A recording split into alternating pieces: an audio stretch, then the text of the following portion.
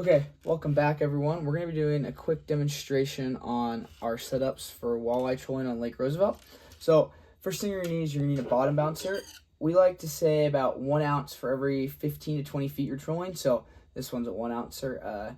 Right now it's middle of April. We're trolling anywhere between 50 and 60 feet, and I've been using 3-ounce bottom bouncers, and I'm able to stay on the bottom pretty consistently with that. But for our demonstration here, I'm going to be using the 1 ouncer. But like I said, so if you're fishing, 30 feet, you're going to be using a 2-ounce bottom bouncer and so on. From there, we have our smile blade and slow death hook setup. Been actually having quite a bit of success on no smile blade, so we're talking just a slow death hook with a worm on it.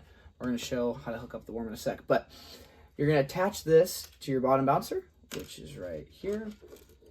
Single clip on, single clip together.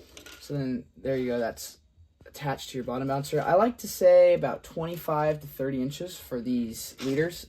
You could do less, experiment with it, and see what works, but I've found for myself about 25 inches is the best. And then this is going to tie to your main line, which is going to go up to your boat, obviously, to your pole.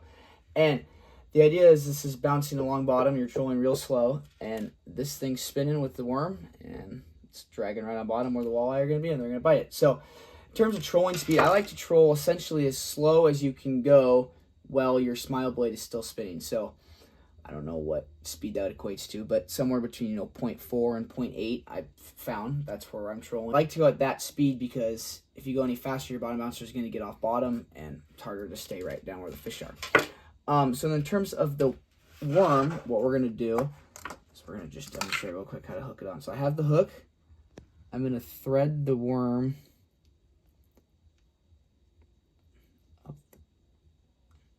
up the hook.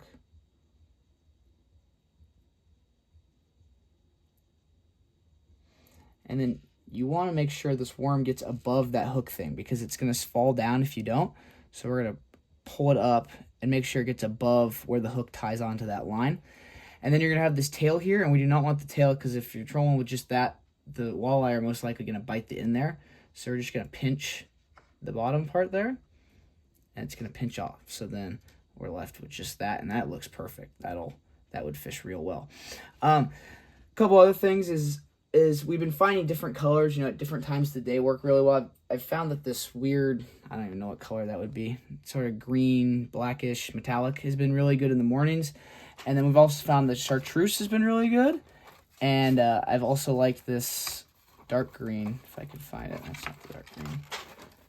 This dark green right here has been really good. So all sorts of different colors. And like I said, sometimes without the smile blade at all, it's just a worm, and then maybe a bead or no bead actually has worked pretty well. So the main thing I think that's important is to make sure that you're trolling at the right speed. Make sure your bottom bouncer is going off bottom. You can kind of tell where if you're trolling and you put line out and it doesn't go out, then obviously you're on bottom. So most important thing is you're on bottom. Make sure if you're using the smile blade that your smile blade is turning. I think that's about all for the simple tutorial. In terms of the depth, like I said, I think 45 to 60, especially kind of early spring, end of winter, and then as you kind of get more into spawn season in May and June, they're going to go in shallower, which is what time you're going to use, the smaller bottom bouncers in the 15, 30 foot range. But yeah, that's going to be all for this demonstration. If you have any questions, leave them in the comments.